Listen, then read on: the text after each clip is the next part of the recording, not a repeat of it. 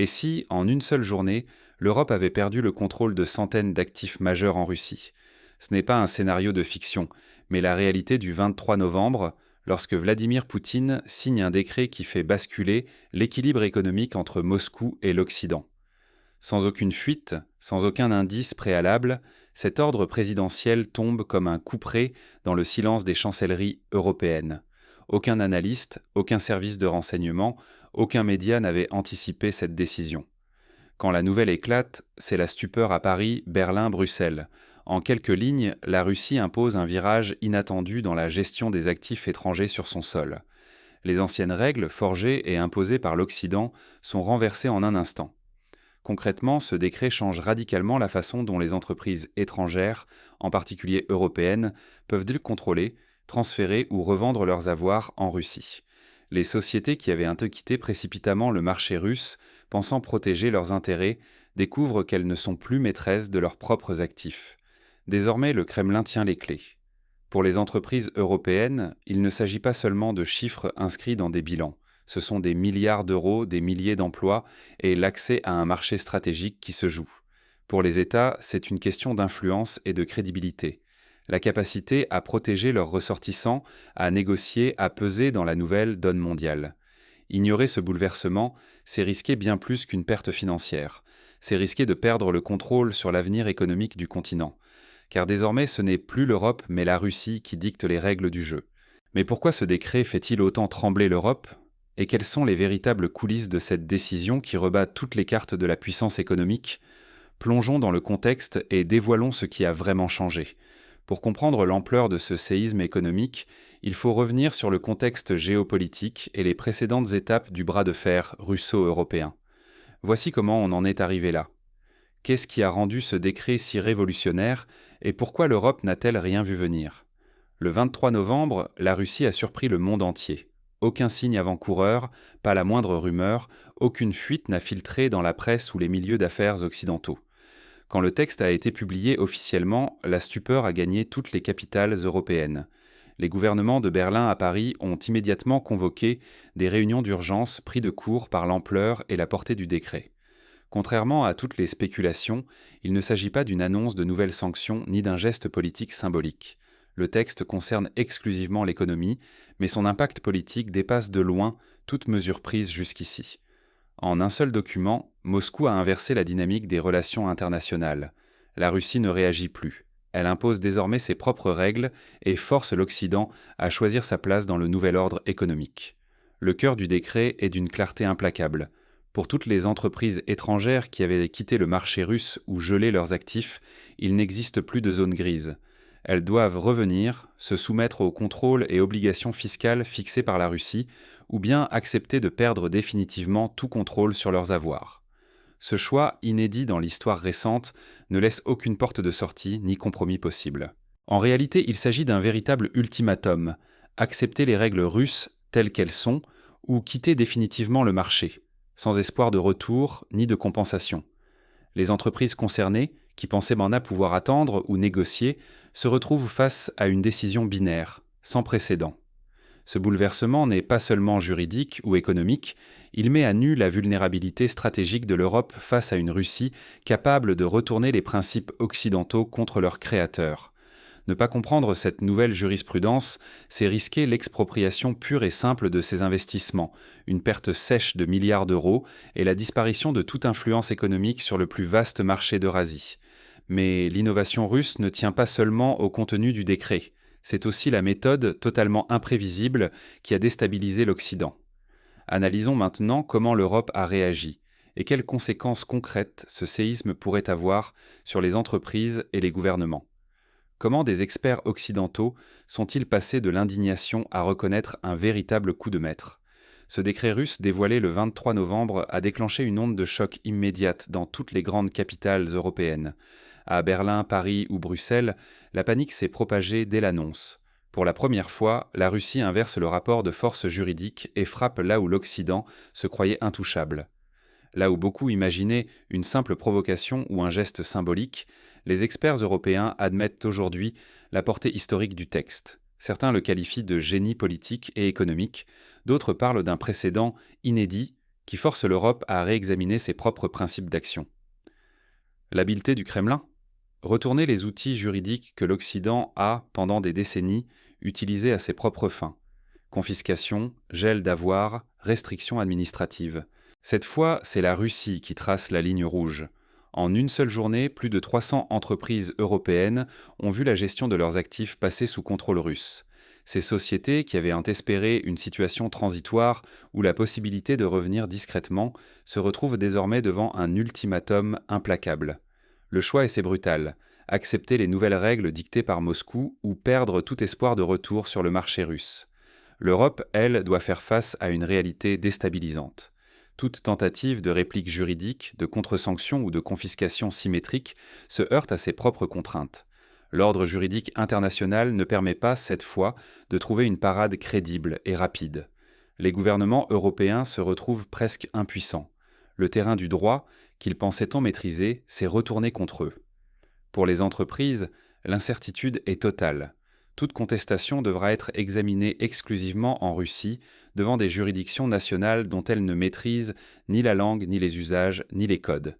Elles disposent de 6 mois pour se positionner, négocier un retour, accepter des conditions nouvelles ou constater la perte irréversible de leurs actifs. En coulisses, c'est la réputation même du droit occidental qui vacille.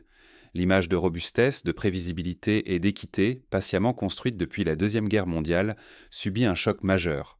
Les gouvernements européens, eux, redoutent d'être marginalisés et de perdre définitivement la confiance de leurs propres entreprises et investisseurs. Jamais depuis la chute du rideau de fer, la confiance dans l'ordre économique mondial n'a été aussi fragilisée. L'Europe, naguère sûre d'elle, doit maintenant s'adapter en urgence à un environnement où l'initiative lui échappe.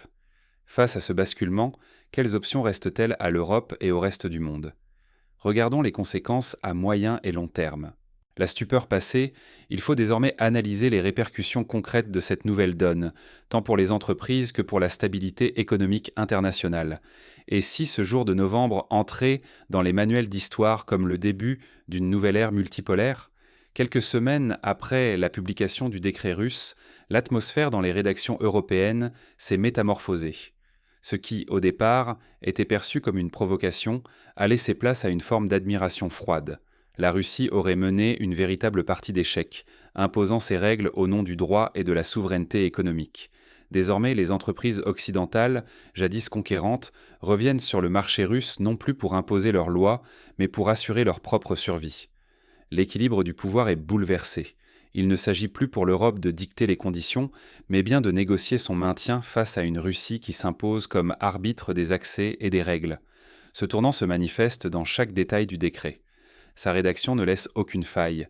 Toute contestation, qu'elle vienne de grandes multinationales ou de gouvernements occidentaux, est obligatoirement traitée selon le droit russe.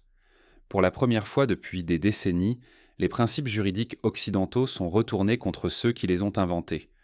Le choix de la date n'est pas laissé au hasard. Ce 23 novembre correspond aux bilans annuels de l'Union européenne, plaçant l'Europe devant ses propres résultats, au moment même où l'ordre ancien vacille. Le symbole est assez puissant. Une époque s'achève et la Russie s'impose désormais comme puissance normative sur son territoire. Les premières fissures dans le consensus européen n'ont pas tardé. Entre les appels au dialogue venus de plusieurs capitales et les débats parlementaires, l'idée d'un statu quo sur les sanctions commence à céder. Certains pays, confrontés à la perspective de perdre un accès vital au marché russe, s'interrogent. Faut-il continuer à s'enfermer dans la logique de confrontation ou repenser totalement la relation avec Moscou ? La Russie, de son côté, n'a pas cherché l'escalade. Elle a imposé un fait accompli, obligeant l'Occident à s'adapter à ces conditions. Cette posture, à la fois ferme et légaliste, bouleverse tous les repères. Le marché russe n'est plus une simple variable d'ajustement dans la stratégie globale des groupes occidentaux, mais un enjeu existentiel. L'Europe, au risque de perdre l'accès à un marché clé, doit désormais reconnaître une perte d'influence difficilement réversible. Pour la Russie, c'est le pari audacieux de s'ériger en pôle incontournable, capable non seulement de résister à la pression, mais d'imposer sa propre lecture du droit économique international. Face à un tel bouleversement, quelle stratégie adopter pour ne pas subir cette nouvelle réalité, mais bien en tirer parti? Explorons les pistes concrètes qui s'offrent désormais aux acteurs économiques et politiques. Comment éviter de perdre la partie et transformer cette crise en véritable opportunité? La réponse tient dans la capacité à lire la nouvelle donne et à agir sans attendre. Pour les entreprises européennes, un constat s'impose. S'adapter n'est plus une option, mais une nécessité. La Russie impose désormais ses propres règles, et rentrer sur le marché russe ne relève plus du privilège, mais d'une obligation stratégique fondée sur le respect de la souveraineté russe. Les temps où l'Occident fixait unilatéralement les conditions sont bel et bien révolus. Désormais, accéder à ce marché passera par une compréhension fine de la volonté russe, par la reconnaissance de ses priorités nationales et par l'abandon des vieux réflexes de domination. L'attitude de la Russie, souvent discrète mais résolue, invite à accorder une attention particulière aux signaux faibles. Mieux vaut anticiper qu'être surpris par un changement de cap radical. Sa force tranquille et sa patience stratégique ont démontré leur efficacité contre tous les pronostics. Pour les décideurs et directeurs des risques, il est urgent de revoir la gestion des risques géopolitiques et juridiques. Intégrer la multipolarité, c'est comprendre que le jeu international n'obéit plus à un seul centre de gravité. Les cartes sont redistribuées et ignorer cette réalité expose à la marginalisation, à la perte d'actifs valant des milliards d'euros et à l'effacement progressif des positions européennes dans des secteurs clés. Du côté des citoyens européens, il faut admettre que l'époque d'un monde organisé autour d'une seule puissance touche à sa fin. Désormais, les équilibres sont mouvants, le centre de gravité se déplace et chaque acteur, État, entreprise, individu, doit apprendre à naviguer dans ce système multipolaire, fait de compromis, d'alliances de temporaires et d'opportunités à saisir. La survie économique, mais aussi la prospérité, dépendront de cette capacité à s'adapter. Refuser de voir le changement, c'est s'exposer à un déclin inévitable, là où ceux qui acceptent les nouvelles règles y trouveront, peut-être, un avantage concurrentiel inattendu. Alors comment passer de la prise de conscience à l'action? Quelles premières mesures concrètes peuvent être mises en œuvre sans délai pour tirer parti de cette mutation géopolitique majeure?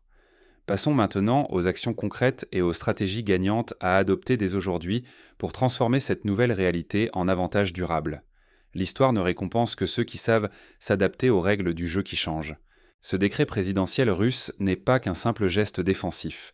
C'est une déclaration d'indépendance économique, un appel à revoir toutes nos certitudes sur l'ordre mondial actuel.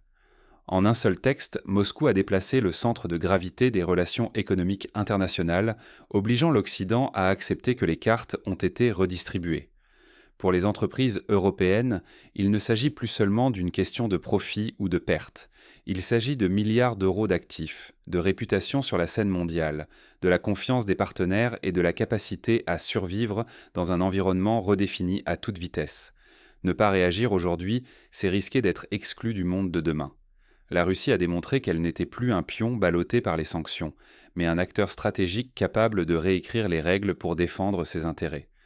Ce geste impose à chacun d'entre nous, décideurs, investisseurs ou simples citoyens, de repenser nos réflexes et de nous préparer à l'inattendu.